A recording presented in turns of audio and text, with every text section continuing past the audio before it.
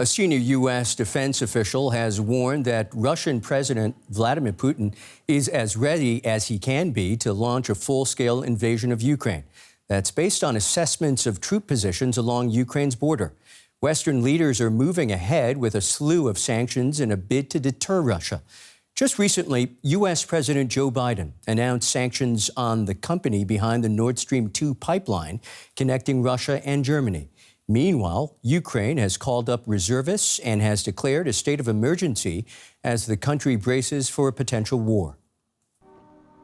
A wreath for the armed forces on Defender of the Fatherland Day. In Putin's version of history laid out in a speech this week, that fatherland includes Ukraine. While the Russian leader weighed his next move, Russian military vehicles were on the move near the border with rebel-held Donetsk. But the leader of the breakaway region insists no troops have crossed over from Russia. Kiev, meanwhile, was preparing for the worst. A state of emergency was declared, reservists put on notice, and Ukrainians in Russia urged to leave. Then there was the news of Western sanctions against Russian interests, but Ukraine's President Volodymyr Zelensky indicated they didn't go far enough. We're anticipating further steps to strengthen the pressure of sanctions. It's important that Germany has decided to interrupt its certification of Nord Stream 2. That step should be irreversible to stop this project from being used as a weapon. Germany has so far halted the approval process for the controversial gas pipeline that would bring Russian gas to Europe. But on Wednesday, Berlin said Germany could do without Russian gas if necessary. New European Union sanctions have also come into force, targeting hundreds of Russian lawmakers, freezing their EU assets and banning them from traveling to the bloc. In New York, the UN General Assembly heard dire warnings about the international consequences of a war. Ukraine's foreign minister called Vladimir Putin's actions a threat to the world order and urged the international community to take action to deter Russia. UN Secretary-General Antonio Guterres described the situation as an extraordinary crisis. We meet in the face of the most serious global peace and security crisis in recent years, and certainly in my time as Secretary-General. Our world is facing a moment of peril. I truly hoped it would not come. Only one man knows whether that moment will come. With 150,000 troops ready to make a move at any time, the world is now on tenterhooks. I spoke to DW's Oliver Salad in Washington about that report from U.S. defense officials, saying that Russian forces could launch an invasion at any hour. The U.S., according to this report, believes that the Russian troops are now ready for that full-scale invasion that the U.S. has been warning about for several days and weeks now, saying that near 100% of the forces of Russian forces are in place now to move in further beyond that separatist-controlled area in the Donbass, and that this could happen at any hour now. Other reports say that this could take until 48 hours. Now, the big question, of course, is we don't know what Vladimir Putin really wants to do. How far will he eventually go? Will he really cross that line? Will he take the rest of those self-declared states, republics, Luhansk and Donetsk, or will he go even further? Either way, it's pretty certain that he might face very fierce resistance there of the Ukrainian troops. Oliver, stay with me for a moment. The UN General Assembly met today on Ukraine, and there were some more stark warnings, including from the U.S. If Russia continues down this path, it could, according to our estimates, create a new refugee crisis, one of the largest facing the world today, with as many as 5 million more people displaced by Russia's war of choice and putting pressure on Ukraine's neighbors. Words of concern there, Oliver, but does the UN have any power to influence this conflict one way or the other? Well, certainly the power of the United Nations there is quite limited, because don't forget that it was shaped by and after the Second World War, and it needs a resolution really to move forward, and only the United Nations Security Council can reach a binding resolution here. Today was a meeting of the General Assembly, and then the next problem is, of course, that Russia is part of that conflict, and Russia is not only chairing the Security Council, but it also holds a veto right. China also holds a veto right, which is a little bit more ambivalent in that conflict. But critics have been saying that the UN, and especially in this conflict here, is more of a toothless tiger. What does the Ukraine want from the UN? Well, it would ideally want a resolution, but if not, then at least bring that topic to the world stage. And that's what we've seen here today. Ukrainian Foreign Minister Kuleba at the United Nations warned of an end of the international order as we know it. And then the United Nations Security Secretary General, Antonio Guterres warned of the devastating global consequences of a full-scale invasion, really unseen in many years, is what he said. But then again, also we need to keep in mind that it needs a resolution here, one that we don't have, and very unlikely that we're going to see one. And what is Russia saying? Well, Russia has delivered a very contentious appearance here today with the Russian ambassador Vasily Nebenzia. He talked about blatant genocide in the Donbass region, something that the German Chancellor Olaf Scholz a few days ago already dubbed as nonsense. He also accused Secretary General Guterres taking sides with Ukraine. The West is standing united. We can see that right now. Russia cannot be trusted is more or less the general take. The U.S. ambassador to the United Nations today, Linda Thomas-Greenfield, talked of unprovoked violations of the international law. That's Oliver Salet in Washington, D.C. Many thanks, Oliver. DW's Russian affairs analyst Konstantin Eggert joins us now from Lithuania. Konstantin, Vladimir Putin has recognized all of Donetsk and Luhansk as independent, even though Ukraine still holds 2/3 of that territory. Where does this leave the Ukrainian government?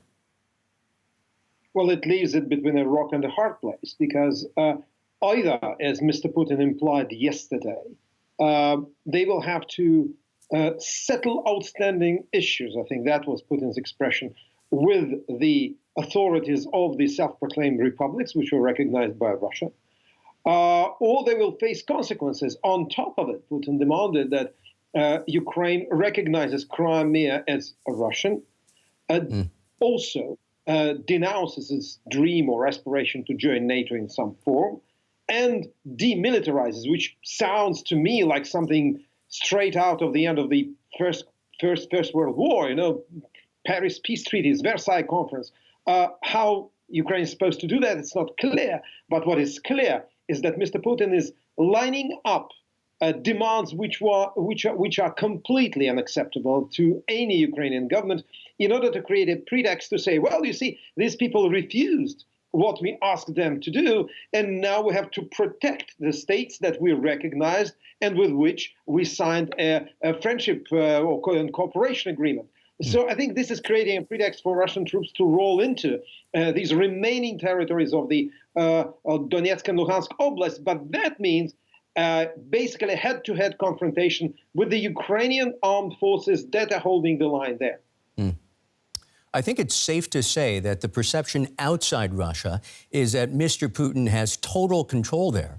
Are there viable dissenting opinions to Mr. Putin's vision of a greater Russia? Well, that's an interesting question, Michael, because today there were conflicting polls published in Russia regarding Russia's attitude to what happened in the last few days. And it's interesting that a government-controlled pollster, All Russian Center for Public Opinion, said that 78, nearly 80%, support everything that Mr. Putin did, while the independent Levada Center, that was branded a foreign agent by the Russian authorities, showed a completely different figure which stands more or less like 45%. So what the Russians think about it, it's not clear, but my personal opinion is that probably not all of them would like to have a bloody war on their borders. What is, though, clear to me now is that probably there are no people inside Mr. Putin's entourage to dissent. We've seen this amazing footage of Russian Security Council being essentially lectured by Mr. Putin on what has to be done. It was like a teacher and pupils asking them whether they support his actions or not. I think that if there is dissent, we wouldn't know about it unless it bursts out into the open. But before that, no, I suppose that Mr. Putin's elite is, either with him ideologically or is too afraid to voice a dissent. Let me ask you a question that we've been asking for days now and will surely ask in the future. What do you think Vladimir Putin's next move will be? Difficult to say, but I think that he's now prepared to launch at least a limited military operation on the territories that were not previously controlled either by him or by his puppets in Luhansk and Donetsk. I suppose that his move may well be, after this kind of quasi-ultimatum that I described answering your first question, maybe it will be an operation to create a land bridge between the areas, southwestern areas of Russia and the Crimean Peninsula. For that, he has to take the rest of the Luhansk and Donetsk Oblast, as well as the port of Mariupol, which is very heavily defended. Another possibility, I would say briefly, is that Mr. Putin will probably like someone from outside the EU to mediate, at least to show that he was trying to make a last-minute peace offer. Probably it will be President Erdogan of Turkey, although this is a very, very slim chance. Okay, we will see. Watch this space. That's Russian affairs analyst Konstantin Eggert. Many thanks. Earlier, DW spoke with Latvia's Foreign Minister Edgars Rinkēvičs in the Ukrainian capital, Kiev. We asked how threatened he feels given that Latvia shares a border with Russia and with Belarus, where tens of thousands of Russian troops are currently stationed. We are part of NATO and the EU, and I think that this makes a huge difference. For instance, if we talk about Latvia or we compare Latvia with Ukraine. But I also believe that decisions that were announced by President Biden and by Prime Minister Trudeau of Canada last night about increasing their presence in the Baltic region, and we have Canadian-led NATO troops, those are right decisions. I think that we need to have those reinforcements, but of course we do not expect any military attack. I think that Russia understands what it means. However, I do believe also that if there is a large-scale military invasion in Ukraine, not only Latvia, but also Germany, also France, Sweden, many NATO and EU countries will be attacked in a kind of hybrid warfare manner, cyber attacks. We are seeing that from time to time. Disinformation, all the kind of, let's say, messages sent to the Baltic states, to Poland, that look, NATO is weak, Americans are weak, they are not going to help you. Those kind of messages will be, of course, activated. But I have complete trust in our allies. I have complete trust also to our capability. So we are not afraid of such kind of, let's say, threats. And we are very grateful to those allies who are with us as we speak. Latvia's Foreign Minister Edgars Rinkēvičs. In an act of solidarity with the people of Ukraine, the Brandenburg Gate here in Berlin has been lit up in the colors of the Ukrainian flag. The city's mayor, Franziska Giffey, said the German capital is sending a clear message from a free city to a free and sovereign Ukraine. Other European cities such as Paris and London are also taking part in the initiative. Western countries are introduced. Let's go straight to the Brandenburg Gate, where our political correspondent Thomas Sparrow is standing by for us. Thomas, we can see the Brandenburg Gate lit up in the colors of Ukraine's flag. Tell us more about what's behind that move. Well, essentially, you mentioned it already, but it's a sign of solidarity coming directly from Berlin's mayor, Franziska Giffey, in a sign of support towards Ukraine at a very difficult time. Now, and whereas some people have welcomed this move, especially those who consider it an important signal in one of Berlin's most important symbols, there have already been signs of criticism as well, the most prominent criticism coming actually from Ukraine's ambassador to Germany, who called it a delayed symbolic gesture and stressed that what actually Ukraine needed from Germany is not necessarily signs like these, but defensive weapons, multi-million aid, and also stronger sanctions on Russia. So you can see that although this is certainly an important gesture, it has not necessarily come down well among Ukrainian officials, especially the Ukrainian ambassador to Germany. Well, that leads to my second question, which is what is the German public generally saying about Germany's actions in the face of this crisis?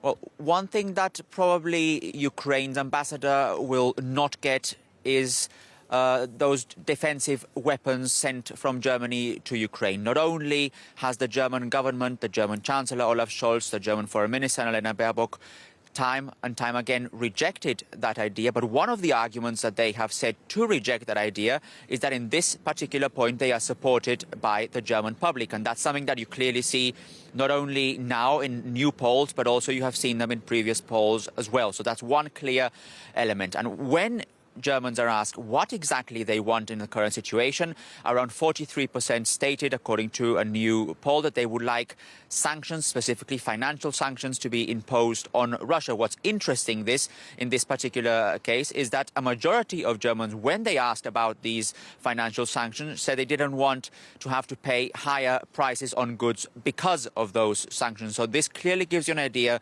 of what Germans believe in the current situation. So again, a rejection of sending defensive weapons to Ukraine, which has been a clear policy in Germany for a very long time and one supported by a majority of Germans.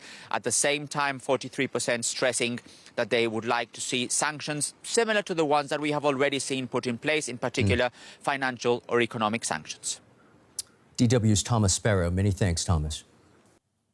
Western countries are introducing a raft of economic sanctions on Russia over its aggression towards Ukraine.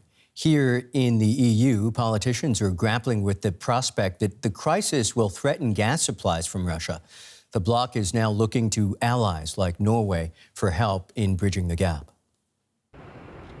This gas field off the coast of Norway could prove a lifeline for the energy-hungry European Union. Norway is the EU's second biggest supplier of natural gas behind Russia. But as the crisis between Russia and Ukraine deepens, so does the risk that Russian energy supplies to the bloc could halt. Brussels is urgently looking elsewhere for energy. And at EU headquarters Tuesday, Norwegian Prime Minister Jonas Gahr Støre answered that call.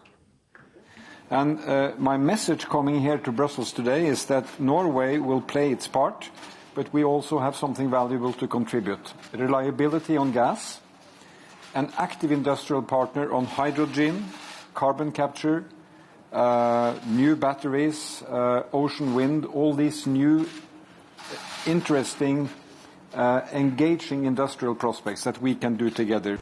Critics say the EU's dependence on Russian gas left it vulnerable even before this latest crisis. Russia last year was accused of deepening an energy shortage in the bloc by withholding natural gas exports to force EU approval of its gas pipeline Nord Stream 2. Germany has now suspended the certification process for the pipeline, and Brussels is calling for countries to speed up efforts to ditch Russian energy. As we've seen, Russia has instrumentalized energy over the past month, if not to say years, to put pressure not only on Ukraine but also on the European Union. And we are now really determined to get out of the dependency of Russian gas. Already, LNG tankers from allies like the US and Japan are bringing gas to Europe's largest port, Rotterdam. But it will take more than these to break the EU's decades-old dependency on Russia.